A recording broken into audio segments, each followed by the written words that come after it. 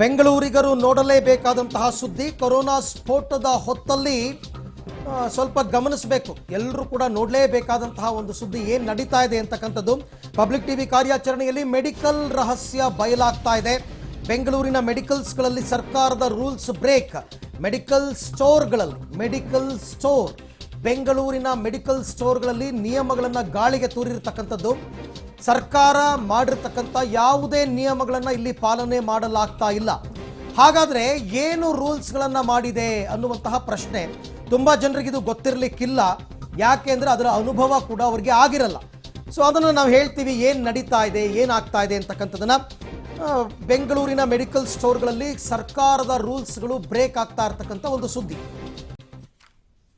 So ಏನು ಅಂತ ನೋಡೋಣ. ಜ್ವರ ಕೆಮ್ಮು ಮಾತ್ರೆ ಅಂದರೆ ಜ್ವರ ಕೆಮ್ಮು ಮಾತ್ರೆ ಮಾರಾಟಕ್ಕೆ ಸರ್ಕಾರ ಒಂದು ರೂಲ್ಸನ್ನು ಮಾಡಿದೆ.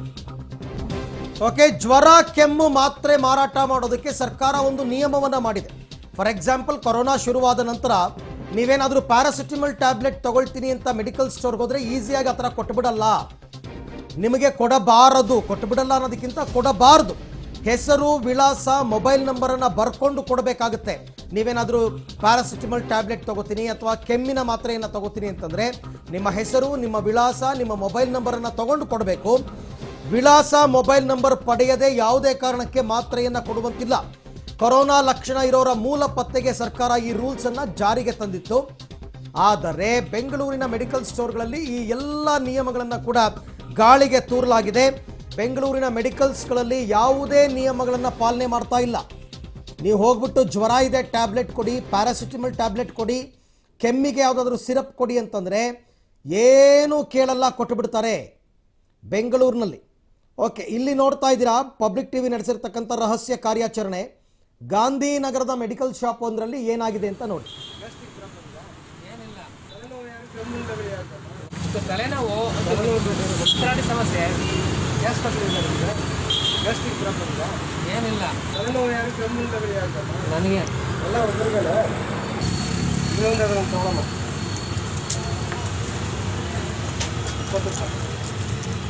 20 ರೂಪಾಯಿ ಸರ್.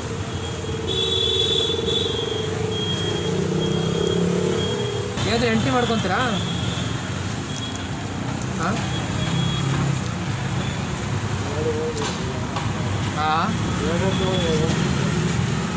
ಏನು ಎಂಟ್ರಿ ಏನು ಮಾಡ್ಕೊಳಲ್ಲ, ನಂಬರ್ ಕಾಂಟ್ಯಾಕ್ಟ್ ಮಾತಾಡೋದೆ ಆಗಿದೆ ನೋಡಿ, ಆಗಿದೆ. ಎಲ್ಲ ಮೆಡಿಕಲ್ ಶಾಪಲ್ಲಿ ಬರ್ಕೊತಾರೆ. ಹಾಗಾಗಿ ನಾವು ಬರ್ಕೊತೀವಿ, ಒಂದು 10 ಹೌದಾ? ಹಾಂ, ಥ್ಯಾಂಕ್ ಯು. ನೋಡಿ, ಇಲ್ಲಿ ನೇರವಾಗಿ ನನ್ನ ಕೊಲ್ಲಿಗೆ ಕೇಳಿರ್ತಕ್ಕಂಥದ್ದು ನೆಗಡಿ, ಕೆಮ್ಮು, ತಲೆನೋವು, ಉಸಿರಾಟ ಸಮಸ್ಯೆ ಎಲ್ಲವೂ ಕೊರೋನಾ ಸಿಂಪ್ಟಮ್ಸ್ ಇವೆಲ್ಲ. ಅದಷ್ಟನ್ನು ಹೇಳಿಬಿಟ್ಟು ಮಾತ್ರೆ ಕೊಡಿ ಅಂದರೆ 20 ರೂಪಾಯಿ ಕೊಡಿ ತಗೊಳ್ಳಿ ಅಂತಂದ್ಬಿಟ್ಟು ಹೇಳ್ತಾರೆ. ಬರ್ಕೊಳ್ಳಲ್ವಾ, ಏನು ಎಂಟ್ರಿ ಮಾಡ್ಕೊಳ್ಳಲ್ವಾ ಅಂದರೆ 15-20 ತೊಗೊಂಡ್ರೆ ಎಂಟ್ರಿ ಮಾಡ್ಕೋತೀವಿ, ಒಂದೆರಡಕ್ಕೆಲ್ಲ ಏನೂ ಮಾಡಲ್ಲ. ಬಟ್ ಹಂಗೂ ಮಾಡೋ ಹಂಗಿಲ್ಲ ರೂಲ್ಸ್ ಪ್ರಕಾರ.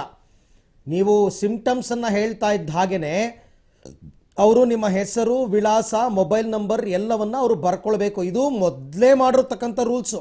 ಅಂದರೆ ಬೆಂಗಳೂರಿನಲ್ಲಿ ಕೊರೋನಾ ಕಾಣಿಸ್ಕೊಂಡಾಗ್ಲೇ BBMP ಅವರು ಈ ನಿಯಮವನ್ನು ಮಾಡಿದ್ದಾರೆ. ಆದರೆ ಯಾರು ನೀವು ವೆರಿ ಸಿಂಪಲ್, ನೀವು ಎಲ್ಲೇ ಹೋಗ್ಬಿಟ್ಟು ಪ್ಯಾರಾಸಿಟಮಲ್ ಟ್ಯಾಬ್ಲೆಟ್ ಕೇಳಿ ಕೊಡ್ತಾರೆ. 1 ತಿಂಗಳು ಮೊದಲೆಲ್ಲ ಬಿಗಿನಿಂಗಲ್ಲಿ 1 ತಿಂಗಳು 2 ತಿಂಗಳು ಮಾಡಿದ್ದಾರೆ. ಈಗ ಯಾರು ನಿಯಮಗಳನ್ನು ಫಾಲೋ ಮಾಡ್ತಾ ಇಲ್ಲ. ಅವರೇ ಹೇಳ್ತಾರಲ್ಲ, 10-15 ಜಾಸ್ತಿ ಏನಾದ್ರು ತಗೊಂಡ್ರೆ ಬರ್ಕೊತೀವಿ, 1-2 ಟ್ಯಾಬ್ಲೆಟ್ ಎಲ್ಲ ತಗೊಂಡ್ರೆ ನಾವೇನು ಬರ್ಕೊಳ್ಳಲ್ಲ ಬಿಡಿ ಅಂತ ಹೇಳ್ತಾರೆ. ಇದು ಬೆಂಗಳೂರಿನ ಮೆಡಿಕಲ್ ಸ್ಟೋರ್ಗಳ ಕಥೆ. ಅಂದರೆ ಏನಾಗುತ್ತೆ, ಯಾರಿಗಾರು ಸಿಂಪ್ಟಮ್ ಇದ್ದು ಅವರೇ ಬಂದು ಡೈರೆಕ್ಟಾಗಿ ಈ ಮಾತ್ರೆ ತಗೊಂಡ್ರೆ ಅವರಿಂದ ಬೇರೆಯವ್ರಿಗೆ ಸ್ಪ್ರೆಡ್ ಆಗುತ್ತೆ, ಆಗಬಾರ್ದು. ಬಟ್ ನೋಡಿ ಏನಾಗ್ತಾ ಇದೆ ಅಂತ.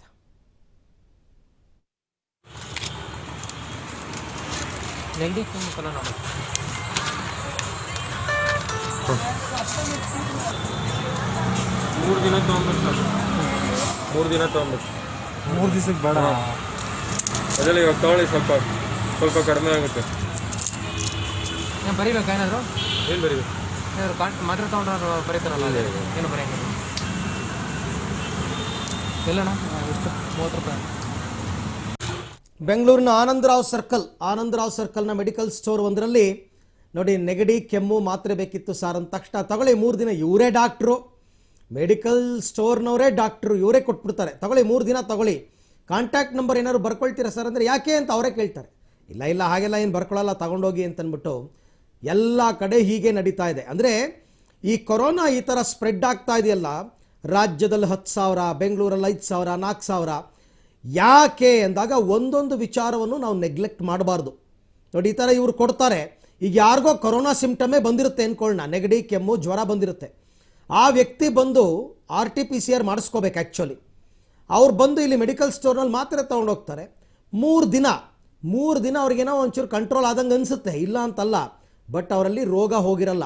ಅವ್ರಿಗೇನೋ ಸ್ವಲ್ಪ ರಿಲೀಫ್ ಆದಂಗಾಗಿ ಸುಮ್ಮನೆ ಆಗ್ಬಿಡ್ತಾರೆ, ಬಟ್ ಅವರಿಂದ ಯಾರ್ಯಾರಿಗೆ ಸ್ಪ್ರೆಡ್ ಆಗುತ್ತೋ. ಅಂದರೆ ಯಾರ್ಯಾರು ಕರೋನಾ ಇದೆ ಅಂತಕ್ಕಂಥದ್ದು ಗೊತ್ತೇ ಆಗ್ತಾ ಇಲ್ಲ ಇವಾಗ. ಯಾಕೆ ಅಂದರೆ ಬಿಕಾಸ್ ಆಫ್ ದಿಸ್. ಟ್ಯಾಬ್ಲೆಟನ್ನು ಮೆಡಿಕಲ್ ಸ್ಟೋರ್ನಲ್ಲಿ ಬಿಂದಾಸಾಗಿ ಕೊಟ್ಟು ಕಳಿಸ್ತಾ ಇದ್ದಾರೆ. ಹಾಗಾಗಿ ಸಿಂಪ್ಟಮ್ ಇರೋರು ಕೂಡ ಇದನ್ನು ತೊಗೊಂಡು ಒಂದು 3-4 ದಿನ ರಿಲೀಫ್ ಆಗಿಬಿಡ್ತಾರೆ ಮಾತ್ರೆ ತಗೊಳ್ಳೋ ತನಕ. ನನಗೆಲ್ಲ ಸರಿ ಇದೆ, ನನಗೇನು ಕೊರೋನಾ ಬಂದಿಲ್ಲ ಅನ್ಕೋತಾರೆ. ಆದರೆ ಅಷ್ಟರಲ್ಲಿ ಅವ್ರ ಕುಟುಂಬದವರಿಗೆ, ಸ್ನೇಹಿತರಿಗೆ ಎಲ್ರಿಗೂ ಹಬ್ಸಿರ್ತಾರೆ. ನೆಗಡಿ ತಲೆನೋವು ಮಾತ್ರ ಕೋಲ್ಡ್ ಜಾಸ್ತಿ ಇದೆ ನೋಡ್ರಿ.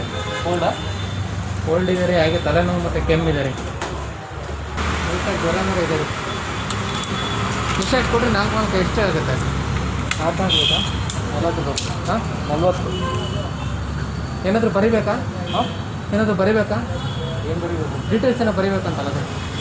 ಕೆಲವು ಮೆಡಿಕಲಲ್ಲಿ ಬರ್ಸ್ಕೊತಾರೆ ನಂಬರ್ ಅವೆಲ್ಲ, ಅದಕ್ಕೆ ಕೇಳಿ. ಎಷ್ಟಾಯಿತು? 40 ರೂಪಾಯಿ. ಎಲ್ಲಿ? ಗಾಡಿ ಲೈಸೆನ್ಸ್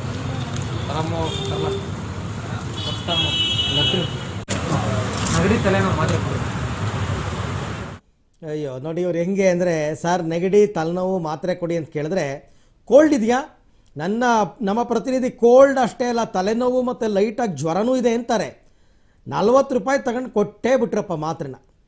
ಆಮೇಲೆ ಕೇಳ್ತಾರೆ ಕಾಂಟ್ಯಾಕ್ಟ್ ಏನಾದ್ರು ಬರ್ಕೊತೀರಾ ಅಂದರೆ, ಏನೂ ಇಲ್ಲ, ಎಲ್ಲ ಕಡೆ ಬರ್ಕೊಂಡ್ರು ನನಗೆ ಗೊತ್ತಿಲ್ಲ, ನಾವಂತೂ ಬರ್ಕೊಳ್ಳಲ್ಲ. ನೋಡಿ, ಸ್ವಲ್ಪ ಮೆಡಿಕಲ್ ಸ್ಟೋರ್ಗಳ ಬಗ್ಗೆ ನಿಗಾ ವಹಿಸಬೇಕಾಗುತ್ತೆ. BBMP ಅವರಾಗ್ಬೋದು, ಮತ್ತೊಬ್ಬರು ಆಗ್ಬೋದು. BBMPನಲ್ಲಿ ಇದೆಯಲ್ಲ ಅಧಿಕಾರಿಗಳು, ಅದಕ್ಕೆ ಅಂತಲೇ ಆರೋಗ್ಯ ಸ್ಥಾಯಿ ಸಮಿತಿಯವರು ಕಂಟ್ರೋಲ್ ಮಾಡಿ ನಿಮಗೆ ಸ್ಟ್ರಿಕ್ಟ್ ಇನ್ಸ್ಟ್ರಕ್ಷನ್ಸನ್ನು ಕೊಡಲ್ಲ, ಯಾರಿಗೂ ಕೊಡಲ್ಲ ಅಂತ ಹೇಳಬೇಕು. ಬಟ್ ಅದೆಲ್ಲ ಮೊದಲ 1-2 ತಿಂಗಳು ಮಾತ್ರ. ಆಮೇಲೆಲ್ಲ ಯಾರೂ ತಲೆ ಕೆಡಿಸ್ಕೊಂಡಿಲ್ಲ, ಎಲ್ಲ ಬಿಂದಾಸಾಗಿ ತಮಗೆ ತೋಚಿದಂಗೆ ಮಾತ್ರೆ ಕೊಡ್ತಾರೆ. ಮೊದಲನೇದಾಗಿ ಹೇಳ್ತೀನಿ, ಕೊರೋನಾ ಅಂತಲೇ ಅಲ್ಲ, self medication is very dangerous. Self medication ಮಾಡಬೇಡಿ. 1. 2ನೇದು, ನಿಮಗೆ ಸಿಂಪ್ಟಮ್ಸ್ ಇದ್ದಂತೂ ದಯವಿಟ್ಟು ಏನೂ ತೊಗೊಳಕ್ಕೆ ಹೋಗಬೇಡಿ, ಸೀದಾ ಹೋಗಿ ಟೆಸ್ಟ್ ಮಾಡಿಸ್ಕೊಳ್ಳಿ.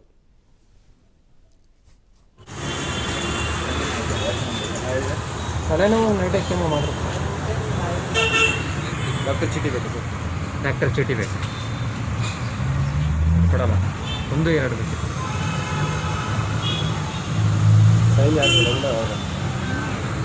ಡಾಕ್ಟರ್ ಚೀಟಿ ಇದ್ರೆ ಮಾತ್ರ ಸರ್ ಕೊಡೋದು. ಯಾಕೆ? ನಮಗೆ ರಿಪೋರ್ಟ್ ಕೊಡಬೇಕಲ್ಲ, ಒಂದು ಮಾತ್ರೆಗಾದರೂ ಡಾಕ್ಟರ್ ಚೀಟಿ ಬೇಕಾ? ನಾವು ಅಪ್ಲೋಡ್ ಮಾಡಬೇಕಲ್ಲ. ಯಾವುದಕ್ಕೆ? ಕೋವಿಡ್ ರಿಲೇಟೆಡ್ ಡ್ರಗ್ಸ್ಗೆ ಅಪ್ಲೋಡ್ ಮಾಡಬೇಕು. ಮತ್ತು ಇಲ್ದಂಗೆಲ್ಲ ಬೇರೆ ಕಡೆ ಕೊಡ್ತಾರಲ್ಲ, ರಿಸಿಪ್ಟ್ ಬರಿದ್ದಾನೆ. ಬೇರೆ ಯಾವುದು ಗೊತ್ತಿಲ್ಲ ಸರ್, ನಾವು ರಿಸ್ಕ್ ತಗೊಳ್ಳೋದು. ಚಾಮರಾಜಪೇಟೆನಲ್ಲಿರೋ ಮೆಡಿಕಲ್ ಸ್ಟೋರ್, ಆ ಹುಡುಗ ಪರವಾಗಿಲ್ಲಪ್ಪ. ಫಸ್ಟ್ ಟೈಮ್ ನಾನು ಕೇಳಿದ್ದು ಡಾಕ್ಟ್ರ್ ಚೀಟಿ ಕೊಡಿ ಅಂತ ಕೇಳಿದ್ದು, ಅಂದರೆ ಪ್ರಿಸ್ಕ್ರಿಪ್ಷನ್ ಕೊಡಿ ಅಂತ ಕೇಳಿದ್ದು. ಗುಡ್ ನೋಡಿ, ಇಂಥವರು ಇದ್ದಾರೆ, ನಾವು ಅದನ್ನು ತೋರಿಸ್ತೀವಿ. ಮಾತ್ರೆ ಕೊಡೋರು ಅಷ್ಟೇ ಅಲ್ಲ, ಕೊಡದೇ ಇದ್ದವ್ರನ್ನೂ ತೋರಿಸ್ತೀವಿ. ನೋಡಿ, ಆ ವ್ಯಕ್ತಿ ಹೇಳ್ತಾನೆ, ನೋಡಿ ಎಷ್ಟು ಮೆಚೂರ್ಡಾಗಿ ಮಾತಾಡ್ದ ಆತ ಅಂದರೆ, ಸರ್ ಬೇರೆ ಕಡೆ ಎಲ್ಲ ಕೊಡ್ತಾರಲ್ಲ ಸರ್, 2 ಕೊಡಿ ಅಂದರೆ 2 ಅಲ್ಲ 1 ಅಲ್ಲ, ಡಾಕ್ಟ್ರ್ ಚೀಟಿ ಇಲ್ಲದೆ ಕೊಡೋಕ್ಕಾಗಲ್ಲ. ಬೇರೆಯವರು ಬರ್ಕೊಳ್ಳಲ್ಲ ಅಂತಂದರೆ ಅದಕ್ಕೆ ನಾವೇನು ಮಾಡೋಕ್ಕಾಗಲ್ಲ. ನಾವಂತೂ ರಿಸ್ಕ್ ತೊಗೊಳಕ್ಕೆ ರೆಡಿ ಇಲ್ಲ, ಯಾಕೆಂದರೆ ಕೋವಿಡ್ ರಿಲೇಟೆಡ್ ಆಗಿ ತುಂಬ ಜನ ಈ ಥರ ತಗೋತಾ ಇದ್ದಾರೆ, ನಾವಂತೂ ತಗೊಳಕ್ಕಾಗಲ್ಲ ಅಂತ ಚಾಮರಾಜಪೇಟೆಯ ಮೆಡಿಕಲ್ ಸ್ಟೋರ್ನ ಹುಡುಗನೊಬ್ಬ ಅಥವಾ ಮಾಲೀಕ ಯಾರೋ ಇರ್ಬೋದು, ಆತ ನೇರವಾಗಿ ಹೇಳಿದ್ದಾರೆ, ಮಾತ್ರೆಯನ್ನು ಕೊಟ್ಟಿಲ್ಲ. ನೋಡಿ, ಇದು ಆಗಬೇಕು, ಇದು ಜಾರಿಗೆ ಬರಬೇಕು. ಬೆಂಗಳೂರಿನ ಮೆಡಿಕಲ್ ಸ್ಟೋರ್ಗಳಲ್ಲಿ ಯಾವುದೇ ಪ್ರಿಸ್ಕ್ರಿಪ್ಷನ್ ಇಲ್ಲದೆ, ಹೆಸರು, ವಿಳಾಸ, ದೂರವಾಣಿ ಸಂಖ್ಯೆಯನ್ನೂ ಕೇಳದೇ ಜ್ವರ, ಕೆಮ್ಮು, ನೆಗಡಿ ಮಾತ್ರೆಗಳನ್ನು ಕೊಡ್ತಾ ಇದ್ದಾರೆ ನಿಯಮದ ವಿರುದ್ಧವಾಗಿ. ಅದನ್ನು ನಾವು ನಿಮಗೆ ತೋರಿಸಿದ್ವಿ ರಹಸ್ಯ ಕಾರ್ಯಾಚರಣೆಯಲ್ಲಿ. ಈ ಬಗ್ಗೆ ಮತ್ತಷ್ಟು ಮಾಹಿತಿಯನ್ನು ಪಡೆಯೋಣ ನನ್ನ ಕೊಲೀಗ್ ಲೋಕೇಶ್ ಅವರಿಂದ. ಲೋಕೇಶ್, ಇವಾಗ ಇದನ್ನೆಲ್ಲ ಯಾರು ಮಾನಿಟರ್ ಮಾಡಬೇಕು ಅಂತ? ಈಗ ನಾವೇ ದೃಶ್ಯದಲ್ಲಿ ನೋಡಿದ್ದೀವಿ, ಯಾವುದೇ ಮುಂಜಾಗ್ರತೆ ವಹಿಸದೆ ಕೇಳಿದ ಮಾತ್ರೆ ಎಲ್ಲ ಮೆಡಿಕಲ್ ಸ್ಟೋರಲ್ಲಿ ಕೊಡ್ತಾರೆ. ಇದಕ್ಕೆ ನಿಯಂತ್ರಣ ಹೇರಬೇಕಾದವರು ಯಾರು ಅಂತ?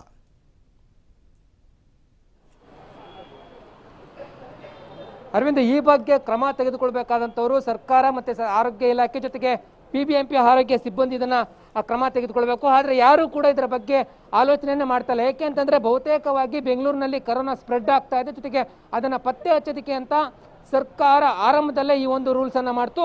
ಆದರೆ ಈ ರೂಲ್ಸ್ ಅನ್ನ ಮೆಡಿಕಲ್ ಸ್ಟೋರ್ಗಳು ಅಂದ್ರೆ ಫಾಲೋ ಮಾಡ್ದೇನೆ ಈ ರೀತಿ ಕೊರೋನಾವನ್ನ ಪರೋಕ್ಷವಾಗಿ ಸ್ಪ್ರೆಡ್ ಆಗೋದಕ್ಕೆ ಇವರು ಕಾರಣಕರ್ತರಾಗ್ತಾ ಇದ್ದಾರೆ ಅಂತಲೇ ಹೇಳ್ಬೋದಾಗಿದೆ. ಏಕೆ ಅಂತಂದ್ರೆ ಯಾರೇ ಮೆಡಿಕಲ್ ಸ್ಟೋರ್ಗೆ ಬರಲಿ, ಮೆಡಿಕಲ್ ಸ್ಟೋರ್ಗೆ ಬಂದಂಥವ್ರ ಒಂದು ವಿವರ ಮತ್ತೆ ಅಡ್ರೆಸ್ಸು, ಫೋನ್ ನಂಬರನ್ನ ಬರ್ಕೊಡ್ಬೇಕು. ಏಕೆ ಅಂತಂದ್ರೆ ಅವ್ರಿಗೇನಾದರೂ ಸಿಂಪ್ಟಮ್ಸ್ ಇದ್ರೆ ಅಂಥವ್ರನ್ನ ಪತ್ತೆ ಮಾಡಿ ಅವರಿಗೆ ಟೆಸ್ಟ್ ಮಾಡುವಂಥ ಪ್ರಯತ್ನವನ್ನ BBMP ಆರೋಗ್ಯ ಸಿಬ್ಬಂದಿಯವರು ಮಾಡ್ತಾ ಇದ್ರು, BBMP ಮಾಡ್ತಾ ಇತ್ತು. ಆದರೆ ಯಾವುದೇ ಕೆಲಸವನ್ನು ಕೂಡ ಈಗ ಆರಂಭದಲ್ಲಿ ಮಾಡ್ತಾ ಇದ್ರು, ಈಗ ಮಾಡ್ತಾ ಇಲ್ಲ. ಆ ಕಾರಣಕ್ಕೋಸ್ಕರನೇ ಈಗ ಬೆಂಗಳೂರಿನಲ್ಲಿ ಕೇಸ್ಗಳ ಸಂಖ್ಯೆ ಜಾಸ್ತಿ ಆಗ್ತಾ ಹೋಗ್ತಾ ಇದೆ. ಈ ಒಂದು ನಿಯಂತ್ರಣವನ್ನ ಸರ್ಕಾರದ ಆರೋಗ್ಯ ಇಲಾಖೆ ಕಾರ್ಯದರ್ಶಿಗಳು ಜೊತೆಗೆ ಆರೋಗ್ಯ ಇಲಾಖೆಯ ಸಿಬ್ಬಂದಿ ಏನಿರ್ತಾರೆ ಅಧಿಕಾರಿಗಳು ಅವರು ಕೂಡ ಮಾಡಬೇಕಾಗಿತ್ತು. ಸರ್ಕಾರ ಮತ್ತು BBMP ಯಾರು ಕೂಡ ಸರಿಯಾದ ಕ್ರಮವನ್ನು ಜರುಗಿಸದೇ ಇರ್ತಕ್ಕಂಥದ್ದು.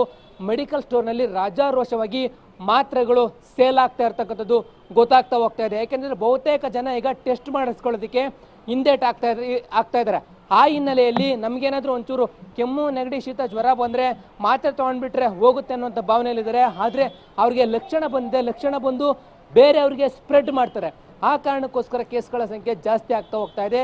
ಇದರ ಬಗ್ಗೆ BBMP ಇರ್ಬೋದು, ಸರ್ಕಾರ ಇರ್ಬೋದು, ಇನ್ನೂ ಕ್ರಮ ಜರುಗಿಸ್ಲಿಲ್ಲ ಅಂತಂದ್ರೆ ಮತ್ತಷ್ಟು ಆಪತ್ತು ಬೆಂಗಳೂರಿಗೆ ತಪ್ಪಿದ್ದಲ್ಲ ಅಂತಾನೆ ಹೇಳ್ಬೋದು. ಅರವಿಂದ್, ಕೊರೋನಾ ಬಂದ ಆರಂಭದಲ್ಲಿ ಮೊದಲ 1-2 ತಿಂಗಳು ಈ ನಿಯಮಗಳು ಪಾಲನೆ ಆಗಿತ್ತು ಲೋಕೇಶ್. ಮೆಡಿಕಲ್ ಸ್ಟೋರ್ಗಳಲ್ಲಿ ಪ್ಯಾರಾಸಿಟಮಲ್ ಟ್ಯಾಬ್ಲೆಟ್ ಕೂಡ ಕೊಡ್ತಾ ಇರಲಿಲ್ಲ. ಬಟ್ ಈಗ ಯಾರು ಕೂಡ ನಿಯಮಗಳನ್ನು ಫಾಲೋ ಮಾಡ್ತಿಲ್ಲ ಅಂದರೆ ಸರ್ಕಾರನೇ ನಿರ್ಲಕ್ಷ್ಯ ವಹಿಸಿದೆ, ಆರೋಗ್ಯ ಇಲಾಖೆ ಯಾರನ್ನೂ ಪ್ರಶ್ನೆ ಮಾಡ್ತಾ ಇಲ್ಲ. ಅದಕ್ಕೆ ಇವರು ಈ ರೀತಿ ಆಡ್ತಾ ಇದ್ದಾರಾ ಅಂತ. ಅರವಿಂದ್, ಖಂಡಿತವಾಗೂ ಸರ್ಕಾರ ನಿರ್ಲಕ್ಷ್ಯ ವಹಿಸಿರೋದಕ್ಕೆ ಈಗ ರಾಜ್ಯ ಟಾಪ್ 2ನಲ್ಲಿರ್ತಕ್ಕಂಥದ್ದು ಕೇಸ್ಗಳ ಸಂಖ್ಯೆಯಲ್ಲಿ. ಜೊತೆಗೆ ಬೆಂಗಳೂರು ಮಹಾನಗರಗಳ ಪಟ್ಟಿಯಲ್ಲಿ ಟಾಪ್ 2ನಲ್ಲಿ ಆಕ್ಟಿವ್ ಕೇಸ್ಗಳಲ್ಲಿ ನಂಬರ್ 1 ಇದೆ. ಹಾಗಾಗಿ ಈ ರೀತಿ ನಿರ್ಲಕ್ಷ್ಯವೇ ಈ ಒಂದು ಮೆಡಿಕಲ್ ಸ್ಟೋರ್ಗಳಲ್ಲಿ, ಮೆಡಿಕಲ್ ಶಾಪ್ಗಳಲ್ಲಿ ರಾಜಾರೋಷವಾಗಿ ಮಾರಾಟ ಮಾಡ್ತಾ ಇರ್ತಕ್ಕಂಥದ್ದು. ನಿರ್ಲಕ್ಷ್ಯ ವಹಿಸದೇ ಅವರು ಸರಿಯಾದ ರೀತಿಯಲ್ಲಿ ಕಠಿಣ ಕ್ರಮ ತೆಗೆದುಕೊಂಡಿದ್ರೆ ಇವತ್ತು ಒಂದು ಹಂತಕ್ಕೆ ಬೆಂಗಳೂರಿನಲ್ಲಿ ಕಂಟ್ರೋಲ್ಗೆ ಬರ್ತಾ ಇತ್ತು, ಒಂದು ರೀತಿ ನಿಯಂತ್ರಣಕ್ಕೆ ಬರ್ತಾ ಇತ್ತು. ಆದರೆ ಈಗ ಅದ್ಯಾವುದು ಕೂಡ ನಿಯಂತ್ರಣ ಆಗ್ತಾ ಇಲ್ಲ, ಕಂಟ್ರೋಲ್ಗೆ ಬಂದಿಲ್ಲ. ಸರ್ಕಾರ ನಿರ್ಲಕ್ಷ್ಯ ಮಾಡಿರೋ ಕಾರಣಕ್ಕೋಸ್ಕರನೇ ಈ ಒಂದು ಮಹಾಸ್ಫೋಟ ಆಗ್ತಾ ಇರೋದು ಎನ್ನುವಂಥದ್ದು ಸ್ಪಷ್ಟವಾಗಿ ಇಲ್ಲಿ ಗೊತ್ತಾಗ್ತಾ ಇದೆ. Arvind, okay, thank you Lokesh, ತಮ್ಮ ಎಲ್ಲ ಮಾಹಿತಿಗೆ ಧನ್ಯವಾದ.